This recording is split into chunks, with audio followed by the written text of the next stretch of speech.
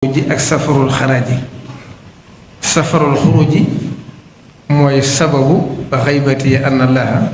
araada an anaala minhu jaaha wa an akuna shafian li qawmi wa an akuna xaadiman fi dawmi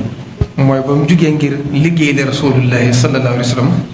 ngeen xettali xeetu rasulullahi sallallahu alayhi wa sallam gi nga xam ne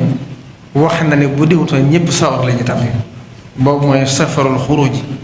safarul xaraaji nag mooy gi ñu toll mooy am tasaluhum xarajan fa xaraaju rabbika loolu mooy safarul xaraaji loolu mooy bi nga xamee ne pay gi ñëw na nga xam ne fu mu waxtu masaan agsi nattu day metti ba sëriñ bi da ko daa waajal ngir xam metti gi mu agsi ba ci at mu juma rek suñu borom xamal ko ne ko nattu yi jeex na ak pay ci des ni nattu yi deme woon pay gi noonu lay demee waat saa su agsee sa mbir noonu lay yokkuwaate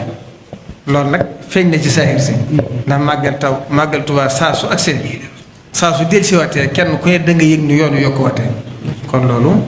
na ko sëriñ bi tënk woon ci xasida gi rek allahumma ayaaman ajabati wa radita anni wa nafaatani wa barakta li ijabatan wa ridan wa nafan wa barakatan nam ko ila axiril xasida